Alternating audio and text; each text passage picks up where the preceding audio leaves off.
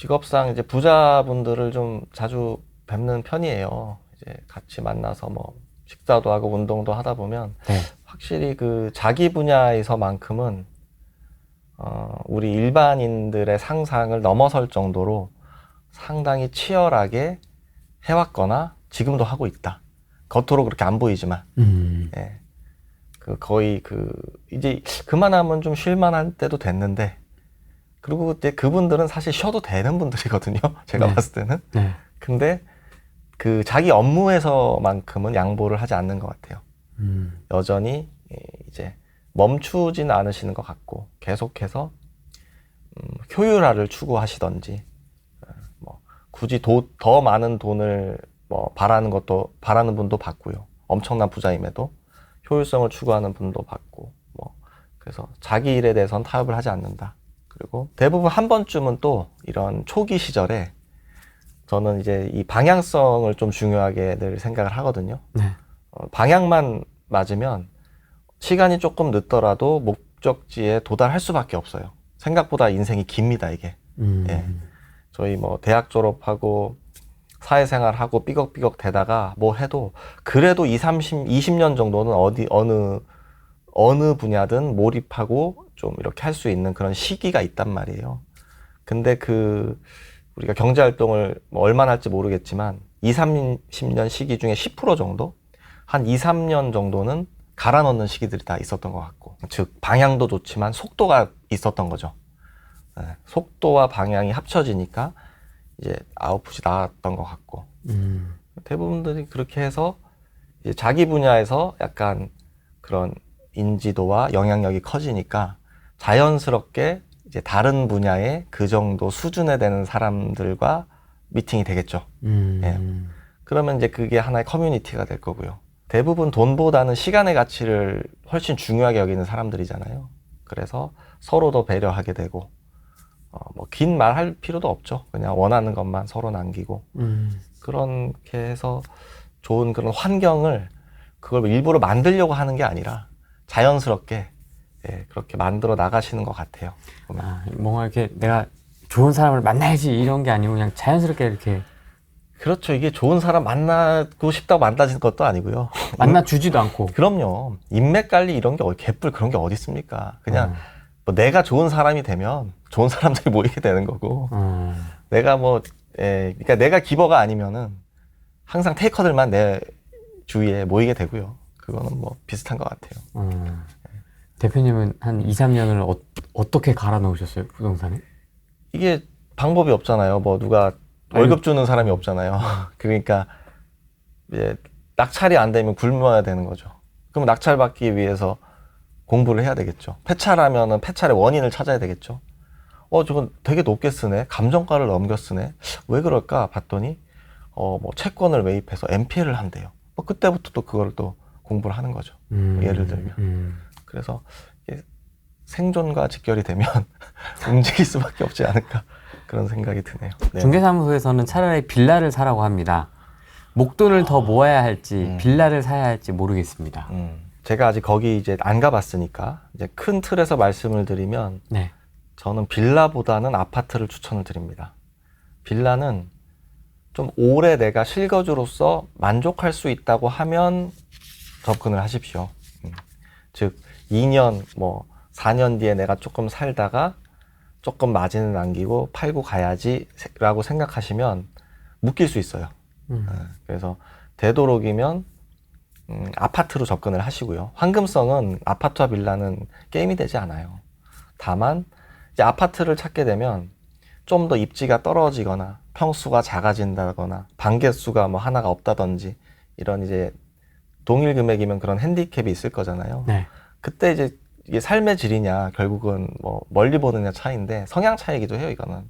근데 만약에 빌라에 내가 뭐 예를 들어서 뭐 초등학교 아이가 있어. 얘가 뭐 6년을 다녀. 그 초등학교가 좋아. 이런 뭐 예를 들어서 그런 경우면 괜찮겠죠. 근데 큰 틀에서 봤을 때 자산은 빌라보다는 아파트 매입이 맞습니다. 중장기적으로. 네, 중기적으로 봐도.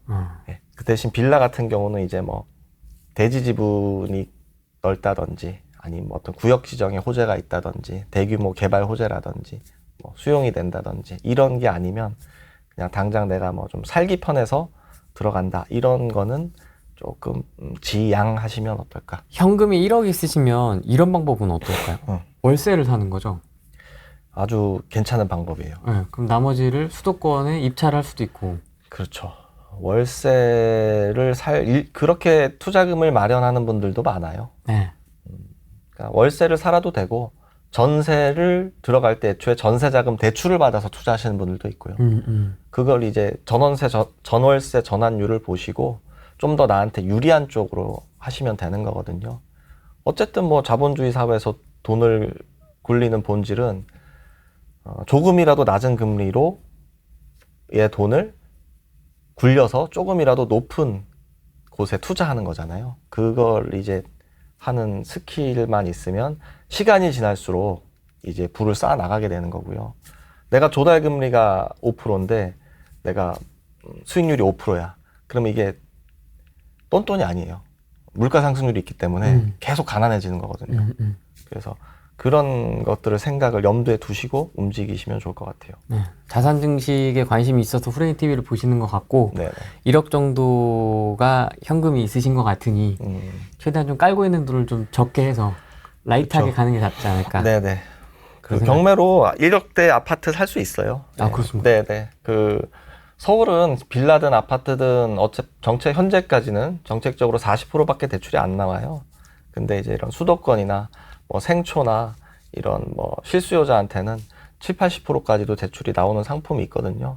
그런 것들 잘 살펴보시면 좋을 것 같습니다. 다른 거는 뭐 돈은 또 벌면 된다고 생각을 해요. 네. 저도 그래서 뭐 이런 먹는 거나 입고 쓰는 거, 여행 가는 거 이런 거는 별로 뭐 아끼는 편은 아닌데 네. 이 시간에 대해서는 좀 그러니까 정신 건강을 좀 중요하게 여겨요. 그럼. 그죠? 맞아요. 뭐 이상한 쓸데없는 댓글, 뭐 아예 댓글도 안 하고요. 그냥 다 잘 보지도 않고 있다 하더라도 그냥 그러니까 제가 예전에는 그걸 열심히 이 부동산 시장은 일시적으로 부침은 있으나 길게 보면 무상할 수밖에 없고 지금 통화량이 어떻고 이런 걸 막 열심히 좀 바꿔드리려고 노력을 했었단 말이에요. 근데 해보니까 그게 정말 쓸데없는 짓이었구나. 이미 정해져 있어. 그러니까 이게 굳이 그런데 우리의 시간을 쓸 필요가 없는 거예요. 우리끼리 그냥 재밌게 살면 되지. 네, 그냥 사람마다 가치관은 다 다른 거니까. 네. 그러면 이제 자기 가치관대로 살면 되는 건데 그거를 굳이 내가 좀 더 마치 뭐 많이 아는 것이냐 이 사람을 바꾸려고 한다는 것 자체가 오만이고 그거는 좀 아닌 것 같아서 지금은 그냥 저 사람도 저런 생각하고 있구나 이렇게 해서 제 정신 건강을 지키는 쪽으로 이렇게 좀 하고 있습니다. 아니 왜 경매 시장도 부동산 시장도 마찬가지지만 제가 좀 싫어하는 부류들이 있어요. 사자들. 그렇죠. 네, 좀 이런 사자들 좀 조심해야 된다 이런 게 있습니까? 사자들이 저는 이제 그쪽에 원래 관심이 없었는데 네. 최근에 이제 저희 인플루언서 분들 중에 꽤 투자자분들을 제가 최근에 많이 만난 편이거든요. 네. 근데 그런 좀 말씀하신 대로 사자분들을 몇 분 들었어요, 제가. 경매 바닥에서. 경매 바닥에서도 와. 꽤 있고요. 그리고 일반 부동산 투자 시장 바닥에서도 꽤 있더라고요. 근데 그게 한 사람이면 괜찮은데 물론 제가 다 이거를 일일이 검증해 보지 않았습니다. 근데 들리는 소문이 겹쳐. 그러면 이제 저도 그렇죠. 사람이니까 그럴 확률이 높겠구나 라고 생각을 하는 거죠. 그래서 몇 분 있어요. 몇 분 있는데 근데 또 그런 분들이 잘 돼. 왜냐면 이런 포장 기술이 너무 좋아. 사람들은 꿈에도 모르고 있어 지금. 그래서 제가 더 놀라는 거예요. 맞나? 그러고 나름 이제 좀 알아봤더니 맞는 거예요. 레이더 돌려보니까? 네, 레이더 또 금방 돌리거든요 저희는. 또 피해자들이 이미 나오고 있어. 근데 막 카페 이런 데 가면 다 삭제하고 좋은 글들만 남아 있으니까 거기 또 활동하는 분들은 이제 다 이 사람이 좋게만 보이는 거죠. 왜냐하면 외부적으로는 그렇게 보여져야 되니까 계속해서 뭐 투자하고 뭐 이렇게 활동을 하니까. 그래서 그런 것들을 보면서 이게 이미지도 이렇게 관리가 되는구나. 뭐 그런 것들을 봅니다. 좀 씁쓸하시겠네요. 그런 거 보시면. 그런 거 보면은 그러니까 씁쓸하다기보다 어차피 저랑은 상관은 없으니까 뭐 상관은 없지만 어떻게 보면 물을 흐리는 거예요, 그게. 그래서 저도 이제 어쨌든 이런 강연 사업을 하고 있으니까 할 때 의심을 하시는 분들이 있죠. 니네도 그런 부류가 아니냐. 아, 예, 그럴 때 좀 씁쓸함을 느끼지. 평상시에는 그래서 뭐 저는 어차피 이런 뭐 모객이나 뭐 이런 환불이나 이런 일에는 일체 관여하지 않거든요. 어차피 뭐 구성원들이 하니까 그냥 들어오면 받고 아니면 받지 마라. 뭐 굳이 뭐 그거를 뭐 좋다 뭐 나쁘다 이런 말 할 필요도 없거든요. 니즈가 있으면 오는 거고 뭐 그런 거라서. 근데 그런 분들이 꼭 요즘 들어 좀 들려요. 예. 뭐 이런 뭐 어떤 피해 사례 같은 게 있나요? 그런 거 얘기해도 되나요? 아, 예, 뭐 피해 사례? 특정만 되지 않으면. 아, 예. 그래요? 피해 사례 많더라고요. 이게 피해 사례가 뭐 결국은 다 돈이죠, 뭐. 아, 돈 문제. 네, 돈이 뭐 이게 투자를 했으면은 돈이 있어야 정상인데 그 이제 어떤 투자금을 다 이제 모집을 하는 거예요. 근데 그게 그 사람들의 이런 경험치를 쌓아주는데 목적이 아니라 자신의 경험을 쌓는데 이제 아바타로 이제 쓰는 거죠, 이제. 근데 그 금액이 상당하더라고요. 뭐 작게는 뭐 수억에서 수십억. 수십억. 예, 그게 뭐 금방 모여버리니까. 그러면 이제 이 사람도 다른 생각이 들 수 있는 거죠. 그런 거는 예전부터 사실 있었는데 요즘에는 좀 늘어난 것 같다. 물론 뭐 그게 잘 될 수도 있지. 근데 그걸 이제 중간에 뭐 지금 아직까지는 어떻게 한 번도 이렇게 엑시트된 게 없어요. 그래서 이제 불안함을 느끼는 분들이 오고 뭐 그렇습니다. 아직까지는 모르겠네요. 뭐. 근데 또 그 과정이 중요하거든요. 그 과정상에서 좀 클리어하지 않아요? 네, 클리어하지 않은 것들이 좀 제보가 와서 그렇습니다. 좀 씁쓸하죠. 그런 것들 보면. 그러니까 원래는 안 그러는데 이게 사람이다 보니 그러신 게 아닌가. 원래 좋으신 분들이었을 거예요. 이게 사람이다 보니 욕심이 나는 거야 이제. 네, 그게 왜냐면은 이게 사실 자본주의 사회잖아요. 돈이 모인다는 것은 그 힘이 세진다는 뜻이에요. 할 수 있는 선택지가 많아진다는 뜻이잖아요. 또 이게 왜 사기꾼들이 줄어들지 않느냐면, 이런 사람 이렇게 한번 당하잖아요. 그러면 이거를 처음에는 화가 나고 분노의 단계로 갔다가 체념의 단계로 가서, 이거 내가 잘못한 건가 보다 하고 자꾸 이제 잊으니까 이런 것들을 좀 더, 노리는 분들도 있지 않나. 뭐 그런 생각도 들었습니다. 아니, 대표님도 나중에 욕심이 생기지 않을까요? 저는 근데 굳이 그렇게 안 해도 될 것 같아요. 굳이. 그냥 저는 하지 마. 약간 이런 거라서 받아야 된다. 나 정민우야 하면서 이렇게 수백억 땡기고. 물론 뭐 제가 모집하면은 수백억까지는 아니지만 뭐 조금 모을 수 있지는 않을까요? 근데. 그리고 해외로 튀어버리고 뭐 이런 거. 저는 해외를 다녀왔는데 한국이 제일 일단 좋은 것 같고요. 그리고 저는 이미 주주들이랑 속된 말로 이제 투자자분들이 있어요. 이제 그분들도 저를 신뢰하고 저도 그분들을 신뢰해서 이 관계가 오랫동안 이어져 오고 있기 때문에 뭐 정말 저한테 큰 돈을 한 번에 투자한다. 그러면 정말 땡큐죠. 감사하죠. 근데 속된 말로 잔잔바리 푼돈은 별로 받고 싶지 않습니다.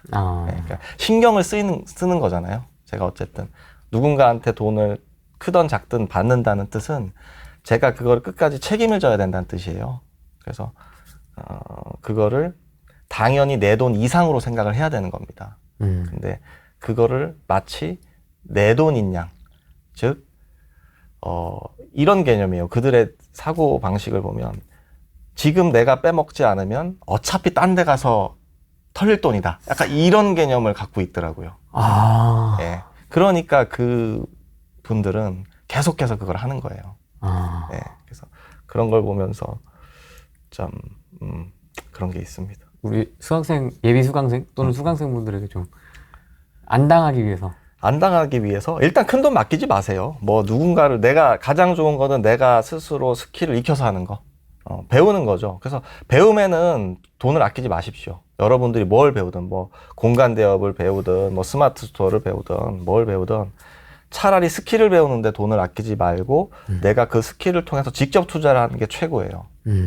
근데 내가 누군가 돈을 맡기잖아요. 그리고 네가 뭘 해서 아웃풋을 내서 돈을 뭐 준다. 뭐 경험 차원에서 한두 번은 괜찮아. 작은 돈, 없어도 되는 돈. 근데 이게 내 삶을 흔들 정도라면은 하시면 안 되는 거죠. 네.